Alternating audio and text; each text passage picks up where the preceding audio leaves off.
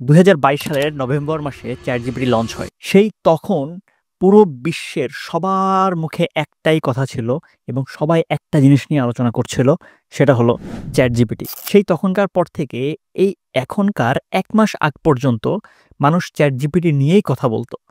কিন্তু হঠাৎ করে একটা কোম্পানি যা ১ বছর আগে প্রতিষ্ঠিত হইছে, সেটা কিভাবে পুরো এআই ওয়ার্ল্ডকে নাড়া দিয়ে দিছে, at the same time US এর স্টক মার্কেটে ধস নামায় ফেলছে, এটা খুবই বিস্ময়কর একটা ঘটনা। Let's talk about DeepSeek because it is mind-blowing and it is shaking this entire industry to its core. DeepSeek, যাকে ১ মাস আগে মানুষজন আসলে জানতোই না, যাকে কেউ কোনোদিন কম্পিটিশনে ধরেই নাই।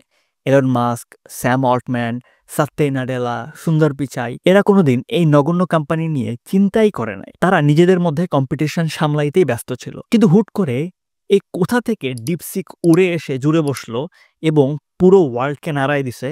এখন প্রত্যেকটা মানুষের মুখে মুখে DeepSeek. এই ভিডিওতে মাত্র ১০ মিনিটের মধ্যে আপনি ডিপসিকের ব্যাপারে সবকিছু জানতে পারবেন। Without further do, let's jump right in. DeepSeek একটা চাইনিজ এআই স্টার্টআপ যেটা লিয়াম ওয়েনফ্যাং ২০২৩ সালের ডিসেম্বর মাসে প্রতিষ্ঠা করে। এখানে মজার বিষয় হলো লিয়াম ওয়েনফ্যাং এই লোক কিন্তু কোনো টিপিক্যাল এআই এন্টারপ্রেনার না, বা ইউএস এর সিলিকন ভ্যালি বা এমআইটি, হার্ভার্ড, অক্সফোর্ডের মতো জায়গা থেকেও সে পড়ে নাই। উনি হলো জেজিয়াং ইউনিভার্সিটি থেকে গ্র্যাজুয়েট, একজন সাধারণ হেজ ফান্ড ম্যানেজার যে একটা ফার্ম কো-ফাউন্ড করছে যেখানে $8 বিলিয়ন মতো অ্যাসেট ম্যানেজ করা হয়। তার এক্সপার্টিস কি? Quantitative trading. তার মানে সে মেশিন লার্নিং ইউজ করে ফাইন্যান্সিয়াল মার্কেটে কি আপস অ্যান্ড ডাউনস হচ্ছে সেটা সে প্রেডিক্ট করতে পারে। কিন্তু ফাইন্যান্সে না থেকে হঠাৎ করে এই লোক আর্টিফিশিয়াল ইন্টেলিজেন্সে চলে আসে। তার গোল হলো এমন একটা এআই মডেল বানাবে যেটা চ্যাটজিপিটিকে টক্কর দিতে পারবে, এজিআই বা আর্টিফিশিয়াল জেনারেল ইন্টেলিজেন্স অ্যাচিভ করতে পারবে, কিন্তু খরচ হবে তার চাইতে ফ্র্যাকশন অফ দ্য কস্ট, মানে খুবই সামান্য নামমাত্র খরচ। এখানে খুব সুন্দর একটা রিলেশন পাওয়া যায়। চাইনিজ কোম্পানিগুলো সবসময় এই কাজটাই করে। চিন্তা করে দেখেন, শাওমি, রিয়েলমি এরা কি করতেছে? আপনাকে হাই এন্ডের যে ক্যামেরা আছে, প্রসেসর আছে, সেরকমই হলো গিয়ে একটা ফোন বানাই দিবে।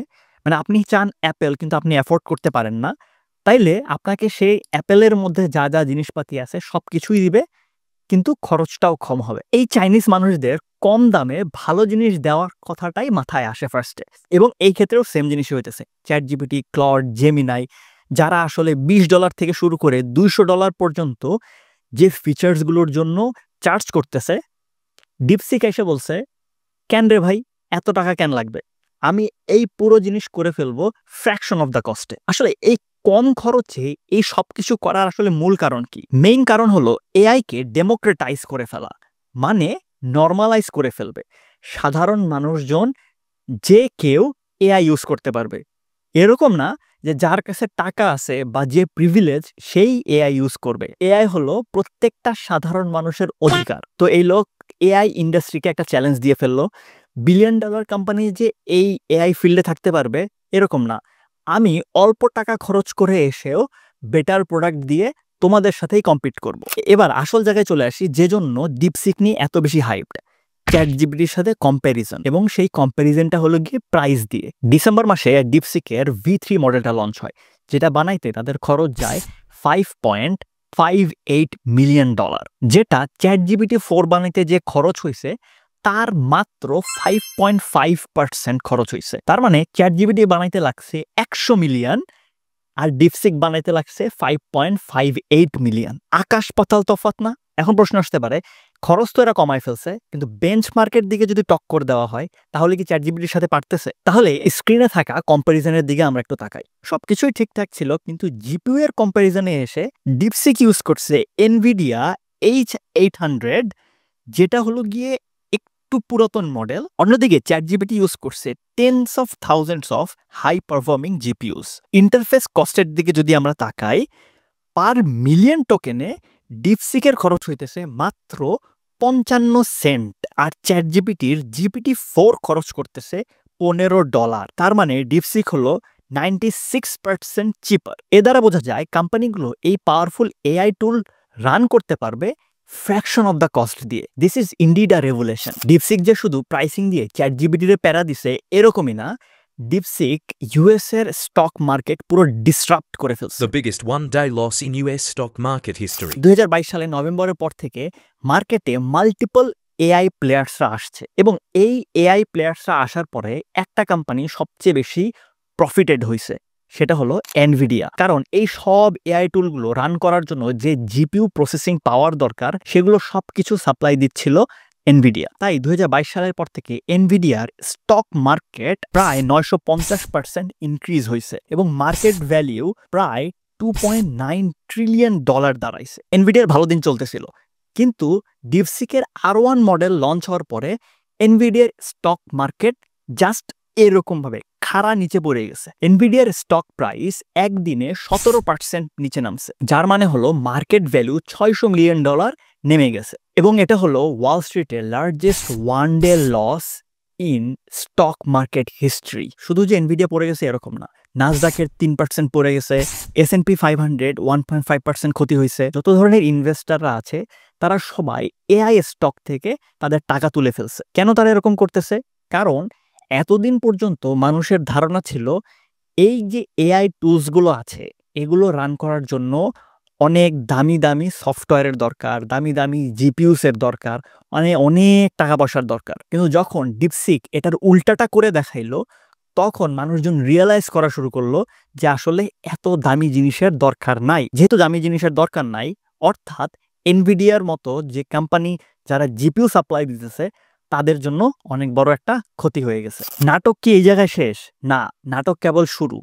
ইউএস গভর্নমেন্ট এখন আবার এটা নিয়ে চিন্তা শুরু করছে এটা কি রাখবে না ব্যান করে দিবে। কারণ ইউএস এর সবচেয়ে বড় কম্পিটিটরকে চায়না এবং তাদের সবচেয়ে বড় চিন্তা হলো ডেটা এবং ন্যাশনাল সিকিউরিটি কনসার্ন। যেহেতু চাইনিজ কোম্পানি, মানুষজন যদি এটা ইউজ করা শুরু করে দেয় তাহলে সব ডেটা চলে যাবে চাইনিজ কোম্পানিদের কাছে। একদম সিমিলার টু টিকটক নিয়ে যে ড্রামা, যে রেড ফ্ল্যাগ, যে ব্যান আবার ফিরায় নিয়ে আসা, সবকিছু হইতেছে এই একটা জিনিসকে কেন্দ্র করেই, যে চাইনিজরা সব ডেটা আমাদের কাছ থেকে নিয়ে নিতেছে। এতদিন ছিল টিকটক, এখন আরেকটা চলে আসছে, সেটা হলো ডিপসিক। ইউএস নেভি ইতিমধ্যে ঘোষণা দিয়ে দিছে তারা হলো গিয়ে ডিপসিকরে একদম ব্যান করে ফেলছে, কারণ এটা হলো গিয়ে সিকিউরিটি রিস্ক কনসার্ন জানাইতেছে। এবং ডোনাল্ড ট্রাম্প এবং হোয়াইট হাউস তারা খুব সুন্দর করে অবজার্ভ করতেছে যে ডিপসিককে কি তারা রাখবে কি রাখবে না। তারা এটা ইম্প্যাক্ট সম্পর্কে জানার চেষ্টা করতেছে। সব যত বড় বড় মাথা আছে সবাইকে ডাকছে, ডেকে এখন তারা হলো গিয়ে এটা অ্যানালাইজ করতেছে যে তারা এটাকে রাখবে কি রাখবে না। কারণ কারেন্টলি ইউএস এর প্লে স্টোরে সবচেয়ে বেশি ডাউনলোডেড অ্যাপ এবং ট্রেন্ডিংয়ে নাম্বার 1 অ্যাপ হলো ডিপসিক। টিকটক যেমন ব্যান হলো, ব্যান হওয়ার পরের দিনই টিকটককে নিয়ে আসলো, ঠিক একইভাবে ইউএস গভর্নমেন্ট ব্যান করলেও ডিপসিকরে আটকাইতে পারবে না। এখানে আরেকটা সূক্ষ্ম জিনিস যেটা ম্যাস বিজনেস ওনারদের এবং যারা সফটওয়্যার ডেভেলপার বা টেক ডেভেলপার আছে প্লাস আমাদের মতো নর্মাল মানুষজন তাদের জন্য ইম্পর্টেন্ট, সেটা হলো ডিপসিক হলো এন্টায়ারলি ওপেন সোর্স এবং চ্যাটজিপিটি যেটা আগে ওপেন সোর্স ছিল তারা এখন ক্লোজড সোর্স, মানে ফর প্রফিট হয়ে গেছে। তারা শুরু করছিল নন প্রফিট দিয়ে, মানুষকে এআই ব্যবহার করতে দিবে, খুব সুন্দর করে মানুষজন চালাবে, কিন্তু তাদের যে রেসিপি বা কোড ছিল সেটাকে তারা এখন ব্লক করে দিছে। ব্লক করে দেওয়ার কারণে এখন তারা যে আসলে ভিতরে ভিতরে কি করতেছে, কিভাবে ট্রেন করতেছে মডেলকে, কোথায় কি কোড লিখতেছে কেউ জানে না। কিন্তু ডিপসিক কত বিলিয়ন এবং ট্রিলিয়ন ডেটা ফিট করছে, কি কোড করছে, কোথায় কি চেঞ্জ করছে, সব কিছু ওপেন করে রেখে দিছে, যে কারণে বিজনেস ওনাররা খুব সহজেই ডিপসিকের সুবিধাটা নিতে পারবে। তো এই ছিল ওভারঅল ডিপসিক কি, কেন এটাকে চ্যাটজিপিটির সাথে এত বেশি কম্প্যারিজন করা হচ্ছে এবং কেন চ্যাটজিপিটির চেয়ে ডিপসিককে উপরে রাখা হইতেছে। আপনাদের কাছে কি মনে হয়? ডিপসিক তো অবশ্যই তাদের পেইড প্ল্যান লঞ্চ করবে, সেটা কত ডলার হইতে পারে? আর ডিপসিক কি আসলেই চ্যাটজিপিটি, ক্লড, জেমিনাই এই যে টুলগুলো আছে এদের সাথে কি টক্কর দিয়ে কতদিন নেক টু নেক থাকতে পারবে? Feel free to share your thoughts in the comment section. Let's have a discussion. DeepSeek নিয়ে কথা বলি বা চ্যাটজিপিটি নিয়ে কথা বলি, ইভেনচুয়ালি এরা এআই কি আমাদের জব নিয়ে নিবে কিনা সেটা জানার জন্য এই ভিডিওটা দেখুন। এবং ডিপসিক যদি কয়েকদিন পরে এআই এজেন্ট লঞ্চ করে ফেলে সেটা কি আমাদের জন্য কত বেশি উপকার হবে বা ক্ষতিকর হবে সেইটা জানার জন্য এই ভিডিওটা দেখতে পারেন। Thank you so much for watching. See you in the next one.